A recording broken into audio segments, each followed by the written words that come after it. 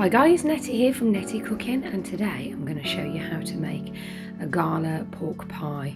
Something very traditional in England that we would have at Christmas time, a centrepiece, that sort of thing, but absolutely fantastic. So let's get stuck in and make it today. This is the second time I've made this recipe and it is so easy, so I thought I'd do a little video on how you make it. So for the recipe you are going to need 500 grams of white bread flour, 200 grams of lard, 190 grams of cold water measured out, and 5 grams of salt.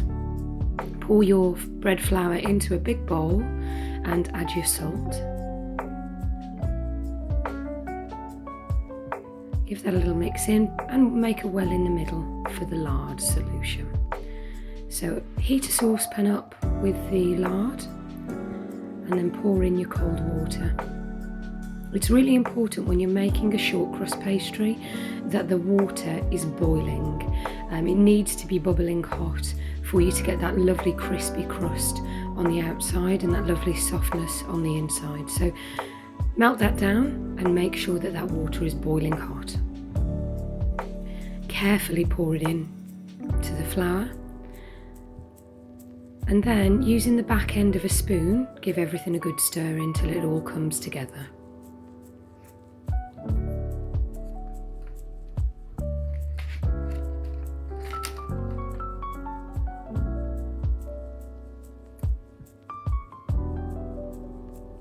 Now when it's slightly cool enough to handle, you can start to use your hands and just bring that together.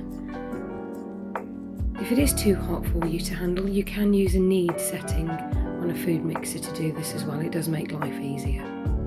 But bring that together, and once it's fully formed and you've got all the bits caught up in the bowl, you can then turn it out onto a work surface. And you're going to want to knead this for about 4 minutes till it comes together and the glutens in the flour have done their job.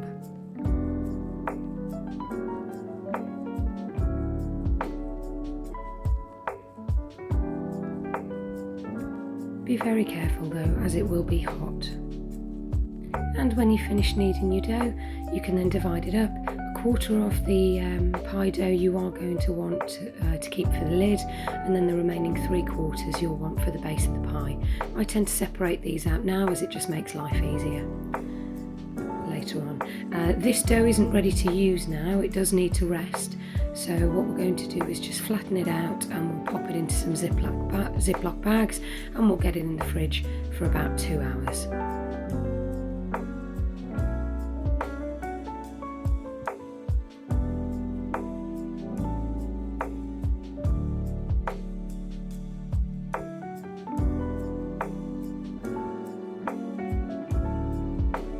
There we go, those are done, they can go in the fridge. Okay, for the filling you are going to need pork bellies, 500 grams, and 500 grams of lean mince. This is a 5% pork mince. I also add in 2 plain sausages. These are just Richmond sausages, and I cut the skin off. This is if the meat is lean on the belly pork as well as the mince, you're going to want to add these. The seasoning recipe is from Mr. Paul's Pantry, but I use 30 grams of salt, 15 grams of white pepper, 1 gram of mustard, 1 gram of cayenne pepper, and 2 grams of nutmeg, or you can use mace if you don't have nutmeg. Give it all a good mix together. And once that's well incorporated, you're going to want to weigh out 36 grams of this pork pie seasoning for your pie. You will have some left over, but you can set it aside and use it for something else. You're also going to need 100 grams of dried breadcrumbs. And for the middle of the pie, I've picked Burford Brown's large eggs. These are the best eggs I can find. They've got beautiful golden yolks and they are simply delicious. You can really tell the difference. Now, to measure out how much egg I'm going to need, I line them up in my pie dish to sort of gauge how many we're going to need. And it looks like I'm going to need 4 here, but what you do want to do is sort of measure it out, then add another egg. You'll see why later. So cut the rind off your belly pork if it does contain rind. And then what you want to do is chop this up into tiny cubes. If you do like a little bit more chew in your pork pie with chunks of meat, then you can go coarser with this, though not everybody does. So chop it as fine as you would like to your liking. You could go, you know, as far as mincing it, but as I say, we like them about that size, but it's totally your preference what you would like to do. So chop them up nice and fine. I'm just going to give it a good whack. Add your lean pork mince into the bowl. Add your belly pork as well.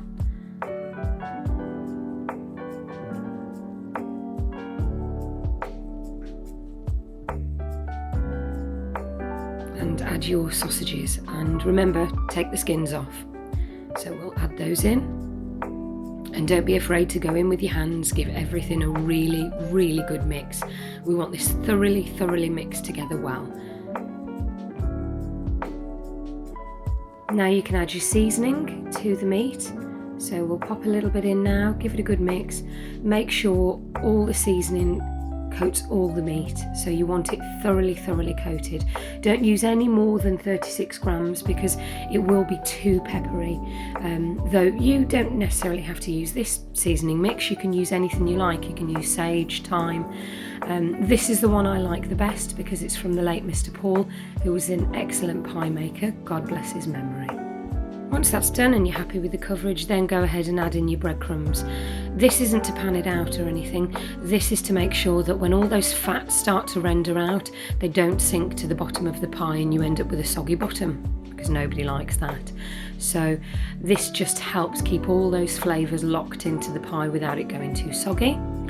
Give everything a thoroughly good mix in, and when you're happy with the consistency and how it's coated, set that aside for 2 hours along with your pastry in the fridge.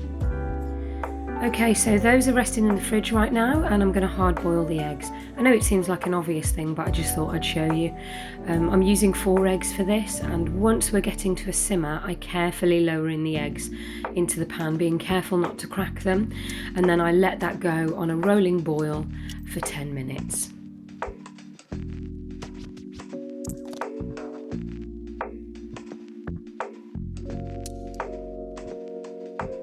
Once the 10 minutes is up and it's been boiling away, I then turn off the heat, pop the lid on, and I leave the eggs in the hot water in the saucepan for a further 2 minutes. Then we get a jug of cold water, and we will carefully transfer the hot eggs into the cold water to allow them to cool.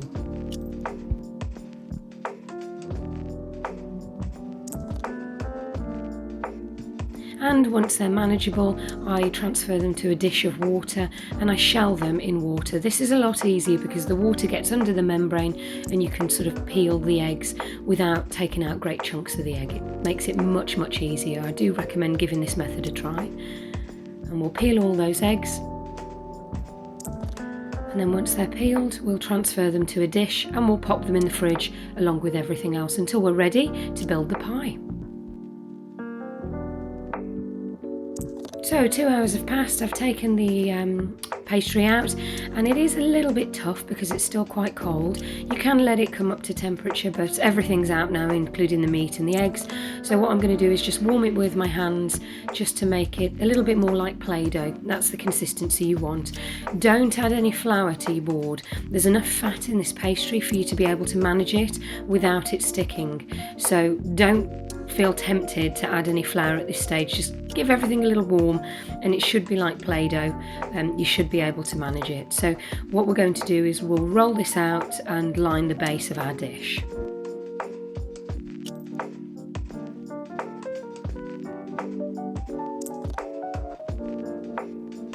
Now, even somebody like me who's not really a pro at this sort of thing has found this incredibly easy to do. The only thing I did want to do was just line this dish with a little bit of lard, just to stop it from sticking, just in case. I know that there is, as I say, enough fat in here to be able to do that without it sticking, but I weren't taking any chances. So what I'm doing is I'm just cutting the bottom of the dish, the pastry for the bottom of the dish, and we're going to lay that down.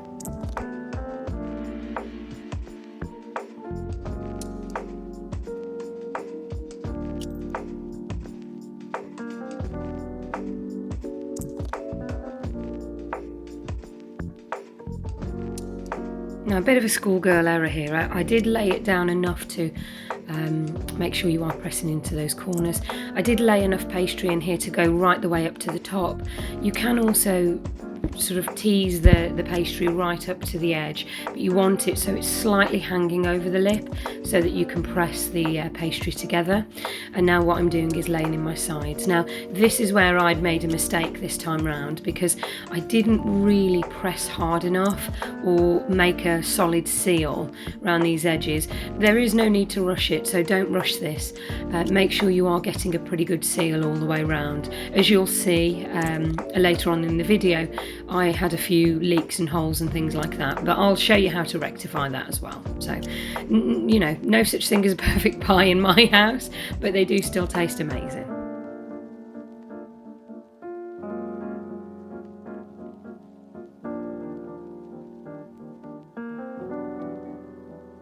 Can't stress enough, be extra careful with those edges. Try and plug any gaps that you might have. Looking back on the video now, I'm re-watching, I can see loads that I've missed. So check and check again. There we go.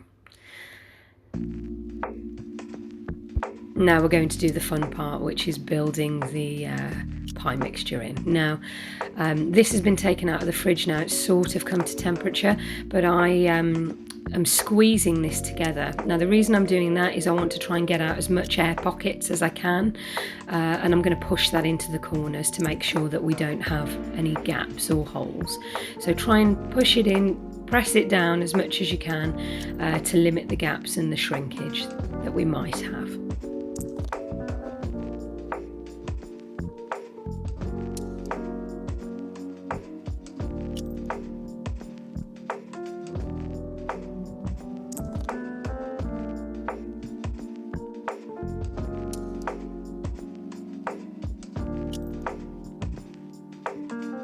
And take extra care with those corners.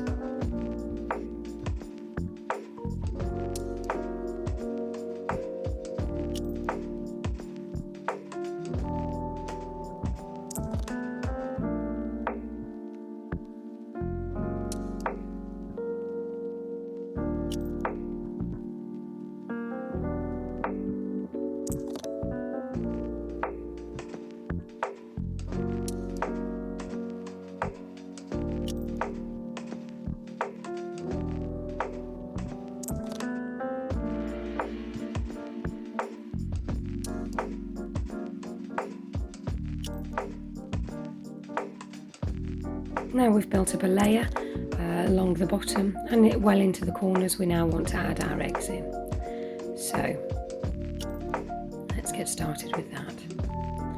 What I do is I chop the tops of the eggs where you do sort of get that little white piece, and this is to try and encourage there to be yolks running completely throughout the length of the pie.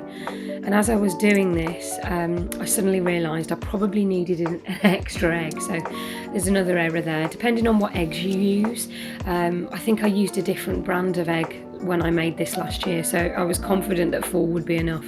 That isn't the case this time round, so I probably could have done with the extra egg, but never mind. So I'm just laying those out, as you can see, and I'm probably just going to use a couple of extra tips here. There we go, to fill those extra bits in. A little bit disappointed in that, but never mind, we know 5 for next time.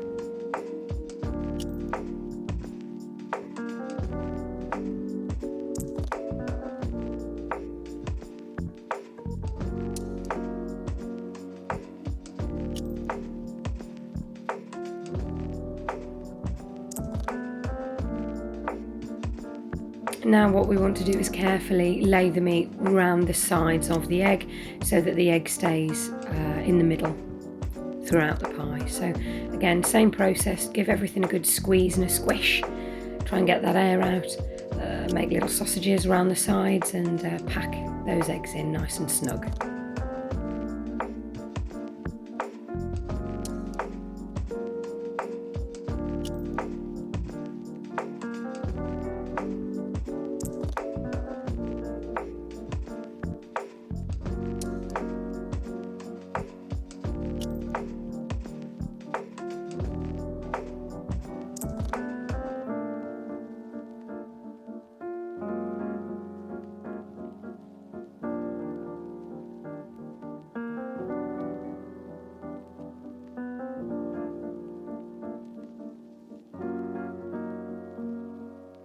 And then finally, with the remaining meat, make sure you make a layer over the top.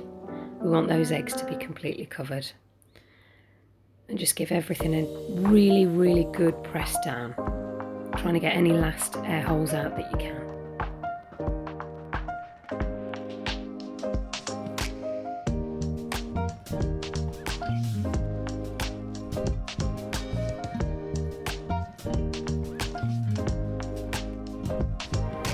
Now, once we've popped the lid on, this is going to go in the fridge for a further 2 hours. This is so that it allows it to rest, and again, it limits shrinkage when you are baking the pie. So I do recommend doing this extra step as well. It does mean it takes quite a long time for these pies to be made, you know, in its entirety, and even longer to eat it, you know, on top of the cooking and the resting. But it is worth it for, you know, an excellent pie, and it limits the shrinkage. And if you don't like the gelatin, then of course you don't have to put so much in. So I'm going to lay the remaining pastry now on my pie, wet the corners around the edges to make a seal, and then we're going to crimp that, press it all the way around, and then crimp it to make it look pretty.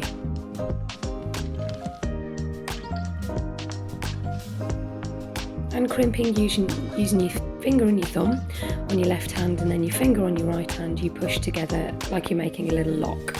And that's how you do the design.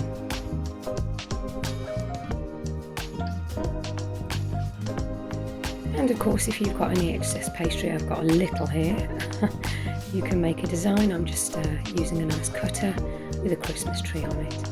I think less is more with these pies. They're magnificent enough as they are without fancy designs all over the top. And using a cutter or a nozzle from a piping bag, you can cut 2 holes in either side. This will be some air holes for the pie to cook, but also it'll be for you to be able to pour your gelatin in later on down the line.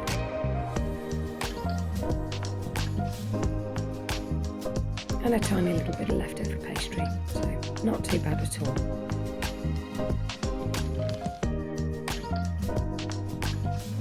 And there we go, look at that. Just take a moment to marvel in that magnificence. It looks great. So that's going to go in the fridge now, wrapped up in cling film for 2 hours. Once that's come out, 2 hours later, I brush it with an egg wash glaze, and I pop it on a tray and we whack it in the oven. Now, I've got a fan oven. This is going to go at 170 for 1 hour, 15 minutes. If you don't have a fan oven, then I would say after an hour, check the internal temperature. The internal temperature needs to be 70.